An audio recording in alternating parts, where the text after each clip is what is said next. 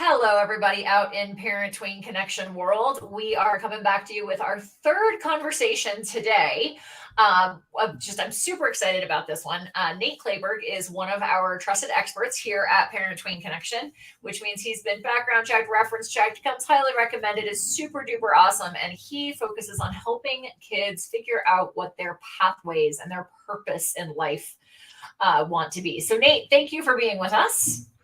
Well, it's good to be right in the cleanup spot, or not quite, I guess. Third hitter. Okay. Clean up for today, right? Yeah, for today. So for those of you who haven't tuned into ParenTween Connection before, I'm the founder. I'm Clarissa Constantine, and our goal here is to create community for parents and professionals, all of whom are supporting kids primarily between the ages of 10 and 20. And so Nate is a career navigator. He helps kids focus in on not just what do they want to do in college or what do they want to study, but like what's their life's purpose? Where do they want to go in life long term? And so today we're talking about, like you said it best earlier, Nate, you're like, this time of year, we've got graduations and we've got juniors rising up to seniors. We're through AP exams and we're getting through finals, and everybody's like, so what you doing next? And hide under the table is what they do, generally. But yeah, it's that time of year, and it's been happening really since Thanksgiving and Christmas. You've got, these graduating seniors that it's knocking on the door. It's real. They all think they have senioritis, which has been proven not to be a real disease. Don't let them tell you that it is. And I think it also is contagious down to juniors sometimes because they start seeing the future where that's going to be. But, reality comes in that time's going to keep moving, whether they like it or not. And August is going to show up. And as that graduating senior, you're moving on to your next stop at college or work or military or whatever it happens to be. And then your juniors, you're into that senior year, and it starts out exciting. And then the question comes, what are you doing next year? Or what are you doing in the fall? And, that story that gets asked, I always say it's not for the person asking it. It's for that student. But if that person or that student is confident in that story they're giving on what job they're interested in, why that is, some exposure and experience they're still hoping to get, where they're hoping to get some education or training, and it pays off into getting new connections. And you tell that story to that person and you say, hey, I'm actually looking to go to law school, or I really love design, or I want to explore architecture. My hope is when you tell that story to somebody, they're like, you know what? My brother-in-law actually owns an architecture firm in, the capital city. And I could love to connect you to him. Mm-hmm. Okay. Well, that just opened the door to maybe another connection to help maybe get an opportunity down the line. But more importantly, and whether you're incoming junior, incoming senior, even going on the next stages, the more you can learn about that type of profession you're hoping to get into, it's going to provide more clarity. It's going to provide a pathway. It's going to provide that connection that in turn, the byproduct is this confidence on where you're going next after high school and down the line. And I had this conversation with a student here not 2 hours ago about confidence. And, when you're confident and you kind of see where you're going and you have some answers, it really, and I've seen it, it has helped stress levels, anxiety levels, and it's just simply saying, okay, it's allowing them to mature and helps them take some ownership of where they're going next. So I know one of the things that you really wanted to focus on in this particular conversation is the value of taking the time to figure that out. And I think you've already hit on some benefits, right? Like the stress, the anxiety can be significantly reduced. So you're not necessarily saying that at 16, 17 years old, that a kid has to say, I want to do this thing and only this thing. But you're really focused on helping them kind of narrow that path. And one of the things that I always think about relative to you is that you focus on helping kids find the Japanese concept called ikigai. Yep. Can you take a minute and summarize that for just a second before we go on? Yeah, the ikigai is Japanese concept for being. So when we tell kids or we tell people, you should do what you're passionate about. And that's only two of the circles of the four. You're good at it and you love doing it. But does the world need it? And can you get paid for it? Because we need to keep the world going and we still need to survive and pay each other. I began my career in broadcasting. It was a passion I have. I still get to do it on the side for some high school sports and some college stuff. But it doesn't necessarily pay the bills. And is it really necessary in the world? We do need some of these things to have an escape and whatever. But if you can connect all four of those circles together, you're really on a path to finding work you're wired to do and a life that you're moving forward with, that you're going to enjoy and be happy with. Because ultimately, there's the Gallup organization puts that report out every year about how engaged people are in their work. And it continues to unfortunately go down. It got worse, past COVID, but I think it's 25 or 30% of our workforce population is not engaged in the work they're doing. They get up every day and they're like, well, I got to go to work. I got to do this. And that's what I tell the students I work with. I go, because I've been in those jobs. I've sat in my truck going, I don't want to go in there. And I don't want that for them. So if I can help them on a pathway to find work that fits them, and you can connect all those circles, does it happen instantaneous? No, but you got to get you on that path moving forward to see, if you can figure out that purpose. And, you're going to have some bumps along the way. Yeah. But you got to have some resilience to overcome that as well. Sure. So when we talk about, getting that story together, which is based on the ikigai, what you're good at, what you're passionate about, what the world needs, and what you can make some money at, then when you have these conversations and somebody says, hey, what's the next step for you? It's not just I'm going to college. It's I'm going to college because I have a vision that looks like this, knowing that vision can change. Right. But the pathway to purpose is what I call it. And it's not, it's not rocket science. It's just taking time to do it away from what traditionally has been done, where it's been so linear of elementary to middle school, to high school, to college, to work, to hate my job, to go back to school, then maybe find a job that I like, and then, fester around. And then maybe you do eventually find what you like. That may hit home to some parents out there or people, but, I want to begin with the end in mind. Let's try and figure out, I think you mentioned earlier, if there's a student that says, I got to figure it out. I'm going to go, I want to be an anesthesiologist and that's where I want to follow. I'm taking AP this and AP that, and I'm getting my CNA too. Okay. Well, have you talked to an anesthesiologist? Have you actually shadowed? Have you gone through the process of what that work is? That you need to be in line academically, but also outside of that. We had a physician, he's in his residency at the University of Iowa Hospitals. He came and talked to one of our programs in the Cedar Falls CAPS program I also support. And it was interesting. The students were all, well, how do you get into medical school, or what classes should you take? And he's like, don't worry about it. You need to find, it was passion, it was purpose. Make sure what you're doing has purpose to it. Not that you're just trying to get into college or trying to get into med school. You need to get some of that experience to see what is that work. Because, my wife works in healthcare and she'll tell me stories of students coming in, and it's like once that patient rolls in the room and it's real, down on the ground, that they've passed out and they thought, oh, this isn't what I thought it was. Or you're seeing blood or whatever. But, gaining those experiences and talking to those people can help prove that that's what you want to do. Because if you get in there, and Clarissa, I firmly believe this, some kids won't do it because they're afraid that they may not like it, and then it's going to change their plan.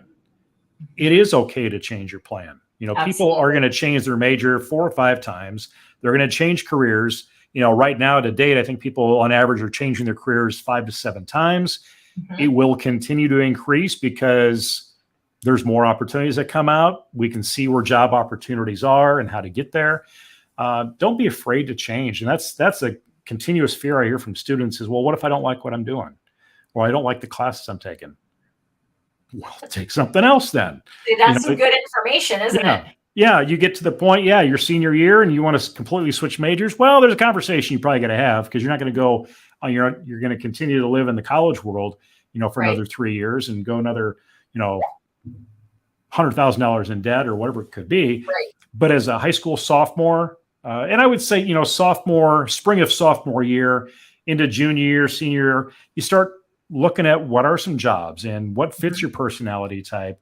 Who's hiring for those jobs? What kind of skill sets do they need? What kind of majors do they actually need? Is it more on experience than it's on college training? I've got a student that dropped out of community college, was on a gen ed track, ended up working for a school right after COVID, setting Chromebooks up, had a knack for IT and software and networking. Now he worked his way up to the school district and got hired away from some private, internet security firm and making twice as much money with no degree, but he has all these training now in IT. So I'm not saying never just chase the money or chase the easy scholarship or chase the easy degree or the perceived degree. You got to see what fits you. And really, Clarissa, that's what it comes back to. Sure. Students and their parents, I think, also need to come together and figure out, what is the world and work that fits that student, not just the work and world that the parent wants to fit for the student. Right. And I wouldn't say that's out of negativity. We all want to do what's best for our kids, but it takes time. It takes time to have a conversation as a parent, and also takes time to have that conversation from school counseling, is where generally people feel like this conversation should be, but you have to take time to have the conversation so you can save time, save money in the long run. Absolutely. So that's why you and I both believe, with me being in the college-bound world, that this conversation really needs to precede conversations, or at least be in tandem with conversations about college exploration and SATs and ACTs and such, because it's it's almost like you're reverse engineering it. But so to bring it back to your point of building your network, I also see a couple ways that this conversation feeds into building the network, because there are parents who have Facebook and LinkedIn connections, right? So if we have a kiddo who's like, hey, I'm interested in going down the path of anesthesiology, it's not unreasonable for us to throw out on our LinkedIn connections or, network within our folks to be like, hey, my kiddo's thinking about going in this direction. Is there anyone he could shadow? Is there anyone that he could have a phone conversation with? What other ways can this conversation help foster those relationships that are those connections that you've talked about, like building that network for long-term value? The biggest thing is, you can have a conversation with somebody, coming through the graduation line or just casually, or it's a friend's dad that, hears you're interested in something. And, maybe you have a friend, maybe a student has a friend's dad that's, I don't know, owns a business or architecture or whatever, some arbitrary, profession.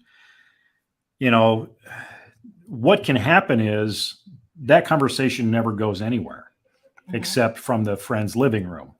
So putting some challenge, and this is where I'm going to point at the parent, this goes on the kid to reach out and say, Mr. Jones, you talked about maybe be able to come see you and job shadow your architecture firm or whatever.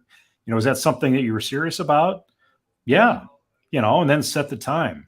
I don't want the mom reaching out saying, hey, you talked to Johnny, he said he could come over. No, because that's going to be not on the responsibility of the student on where their future is going. And unfortunately, and I know, Clarissa, you see it. And again, I'll come back to not throwing parents under the bus that are trying to do stuff for their kids, because they do care about them and want to support them. But you're going to better support them with the development of their durable skill by encouraging them. You can give them the tools of, here's the email. I can help you write the email, but you're the one that's going to have to go through it or help write what question is going to be. It's the action point. So they need to come up with the action point to make the connection. Clarissa, I think we forget, that, it seems seemingly too late that, couples go out on a Friday night, or they're playing golf, or they're hanging out, and, what's Johnny going to do this fall? He's interested in architecture. How do we empower the people we know to also say, I'd love to get him connected to somebody. And how do we take advantage of that? Because we forget our neighbors, our relatives, our teachers, counselors, anybody else. Mm-hmm. They all know people that have jobs or hopefully Yes. have jobs, and that can connect somewhere along the line. Those network circles go everywhere. Mm-hmm. We just forget that. I was working with a student that was interested in public relations marketing, and I said, "Have you talked to your cousin?" And she looked at me because I knew her cousin. And she goes, "What are you talking about?" I said, Annika. And all of a sudden she went like, "Oh," it was, she was seen as a cousin, not as a professional, Mm-hmm. and where they're at, we forget what one another does, Mm-hmm. which is good to have those conversations, I guess, from a parent's perspective. And I would strongly encourage, and if I'm off tangent here, which I tend to get on, is, let's find out what that kid wants to do, not what you want them to do. Right. If they seem to have an interest in it, you can encourage that, make them connection. But sometimes I find that the student, it's a hard decision to make, so they'll just go with whatever suggestion was. Mm-hmm. My dad said accounting, it's a good job. You can make good money. They got good hours. Yeah, let's do that. Mm-hmm. But do you really fit being an accountant? Have you talked to an Mm-hmm. accountant?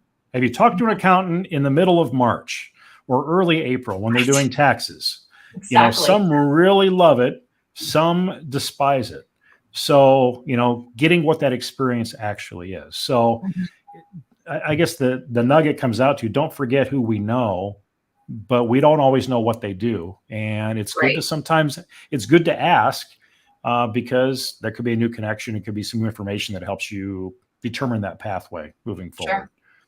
So what's your take? I definitely agree. We undervalue, and it's certainly not even intentionally, right? But we don't see the value in the people that we see as friends and family.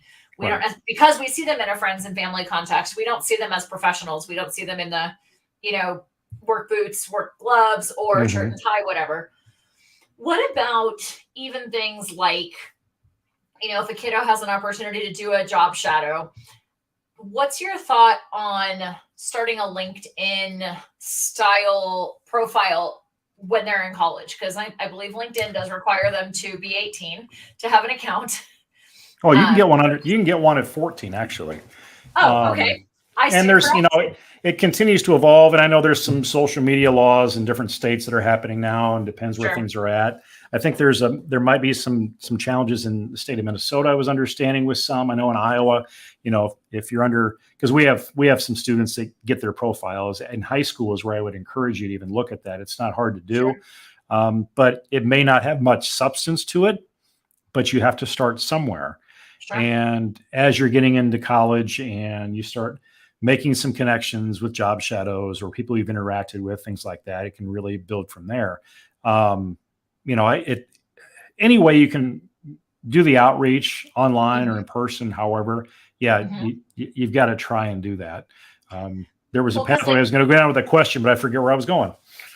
Well, because I was thinking back, LinkedIn was not something that existed. I mean, shoot, email wasn't even common. It wasn't the common mode of conversation when I was in college, which is dating me. But I think back to it, and a friend of mine who was a recruiter was like, if you have professional aspirations, and this was probably like early 2000s, she was like, make sure you get a LinkedIn profile. I'm like, I don't get it. What's the point? Because social media wasn't then what it is now.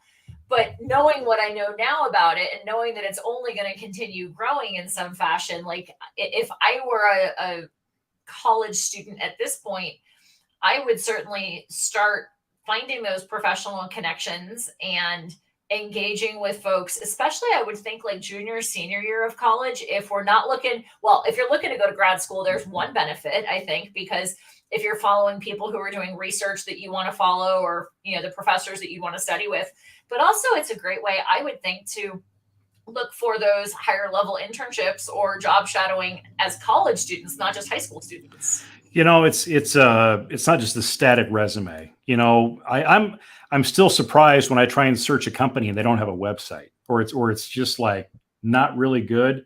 And then my mind automatically goes to, what kind of company is this anyway? They could be the best company in the world, but my impression right now is blah. So I get on LinkedIn sometimes and I expect somebody to be on there. They might have a profile, but they only connected like 3 people. There's not a profile picture. They had to do it for some reason. And sometimes I get this diminished brand of who were they?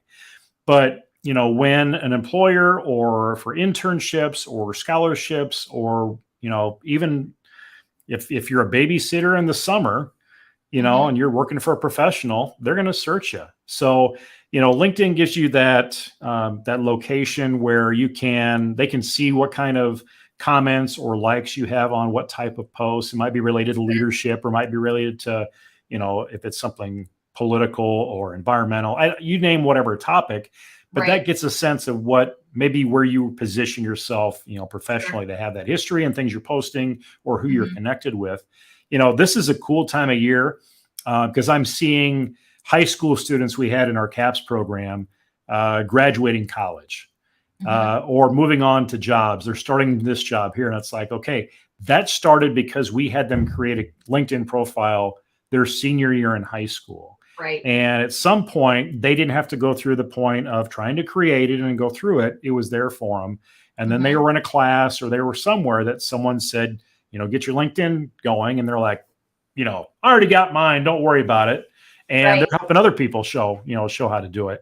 That's just where you can live professionally and represent who you are, who you're connected to. Because we always, we'll tell students, might come down the line that you connected with somebody you did a career conversation with or helped work on a project with, and you're searching for a job, and you look at the hiring manager on LinkedIn and you see, oh, they're connected to Kevin. I wonder if Kevin remembers me. Well, if you had a good experience with Kevin and you shoot him a message and you say that you were in this program, he might be, yeah, I'll put a good word in for you. Or that might even be the company that's hiring it. And they automatically, they know what kind of student they're getting because you went through that program, and all of a sudden you're at this level of where you've got this LinkedIn profile. But yeah, it's and then people know people, and it just keeps building. It's just a big snowball. When you can put purpose to making connections, whether they're your neighbor or a family member, or a connection through a connection through a connection. Absolutely. Awesome.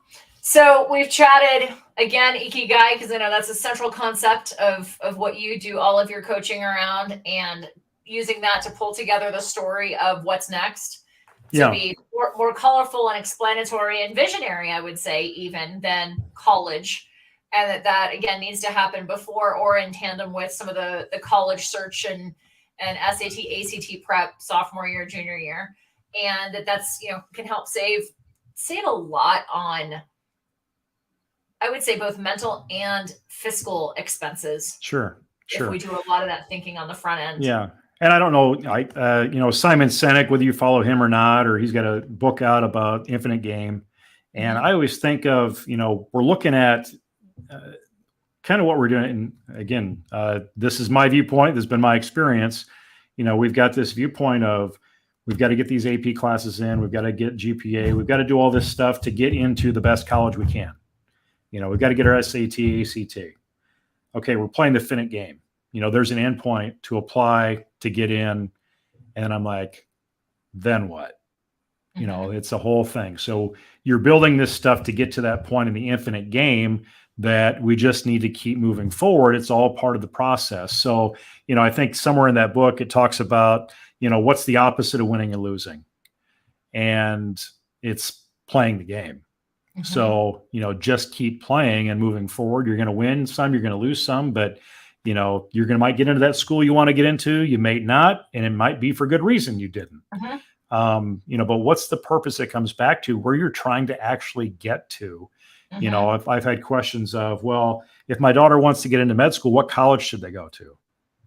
And I'm like, well, why are they wanting to go to medical school? Let's put a pin in that, and let's figure out, they want to go to medical school for what? They want to specialize in what? First off, can they want to be a cardiac surgeon? That's 16 years, from graduating high school till you're actually on your own as a surgeon without assistance.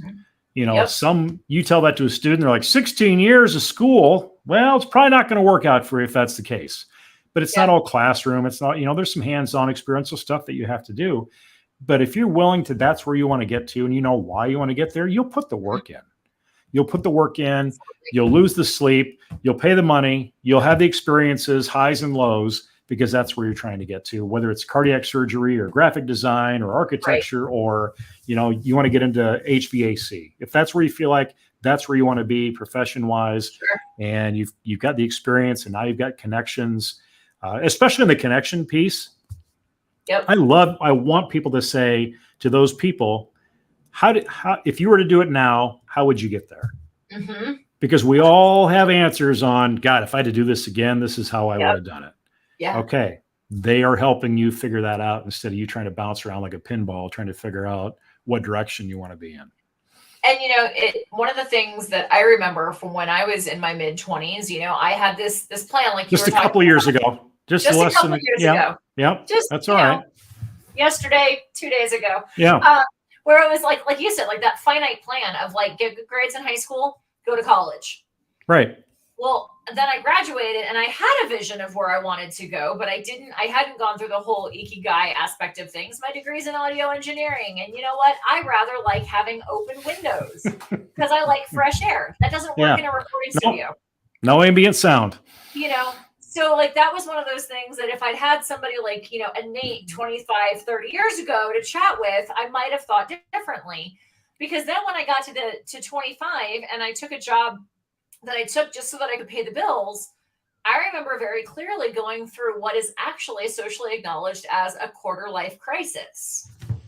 Yes. I didn't have a vision. And I spent 10, 15 years thereafter going like, what am I doing with my life? And like, I always knew there was something more. I knew there was something more. And I'm a really good test prep coach. Like I will own that. But I knew that wasn't my something more. And it turns out that ParenTween connection is, but man, I had to go through that life. Like, and honestly, to your point of like, well, what would you do differently? At this point, I don't know that I would, because where I am now is such a culmination of everything that I've had. But were I not an entrepreneur and a visionary, and I would have been perfectly thrilled and effective being like a controller, right? Which has a much more linear, more clearly laid out path, I might have a different answer. But yeah, we all have jobs that we think we're going to end up in when we're in that high school seat or college seat. And there's jobs we actually end up in. Right. And, for whatever reason, because of pay or geography or opportunity. And then you get through there. And that is where that quarter life crisis comes in, because you're like, okay, this didn't turn out like I thought it was. But, and I'll speak for being that age before and everyone that's been that age, were you going to listen to somebody anyway? Was I going to listen to somebody about, I had people tell me about, you shouldn't get into broadcasting, for what it was. And I was like, not going to happen to me. It's not going to happen to me. But, that's where that counselor, that parent that's not the parent, that's what I call myself. Because, parents are like, well, they won't tell me anything. Well, no, they're not going to tell you everything, but they'll tell me stuff. Clarissa, I know they tell you stuff that they don't tell the parents. Mm-hmm. Because there's the comfort level. It's a different role. The parents are there to, they're supposed to be the loving person on the side that's helping them move along, not kind of be that coach that needs to listen to some things. That's why I feel like I never coached my kids athletically. I did, but when there was an issue, the other coach dealt with it. And then I would deal with his kid because our kids didn't listen to each other, on the softball field. Right. That's where I see a value is I start asking questions, because I'm not their dad or their parent, but I treat them like an adult, because that's the conversation we're having, is to try and open some of those doors and some of those ideas to then almost sometimes give you permission to say, it's okay to look at something else. And it's okay to ask this question. But, if somebody just sat me down and said, here is the reality of broadcasting and the future of radio that they see, you maybe want to think through something else. And here's what the pay is. What I have changed, I don't know, but no one ever gave me that opportunity. And that's what I'm trying to do is let's explore, let's expose, let's give you some experience, and then you decide where you want to go forward. I'm just providing information, but you're also doing the work to put in and learn that. Absolutely. Awesome, Nate. I know we could chat forever about this, because we see so many kids that come through our doors who are looking for this kind of support. And so for folks listening, I hope you've gotten some good information out of this and ways to support your kiddo in their ikigai and finding that story that they can share, because you never know what kinds of opportunities are going to come from it. And keep in mind, we are doing this as a fundraiser for the ParenTween Foundation. The mission of the foundation is to bridge the financial gap that inevitably exists between families and the supports that can help them. So if you got some value, I'm going to shamelessly invite you to go make a donation at the link that I just popped into the chat window. It's parenttweenconnection.app.neoncrm.com/Nate Clayberg. And as an extra incentive, any of our, or whichever speaker helps us raise the most money, we're going to donate 20% to their nonprofit of choice that is focused on families or teens or tweens. And Nate, I don't recall whether you named one, but do you have one off the top of your head, if not, that you would want to support? I'm going to give it right back to you is what I was going to do. Oh, well, thank you.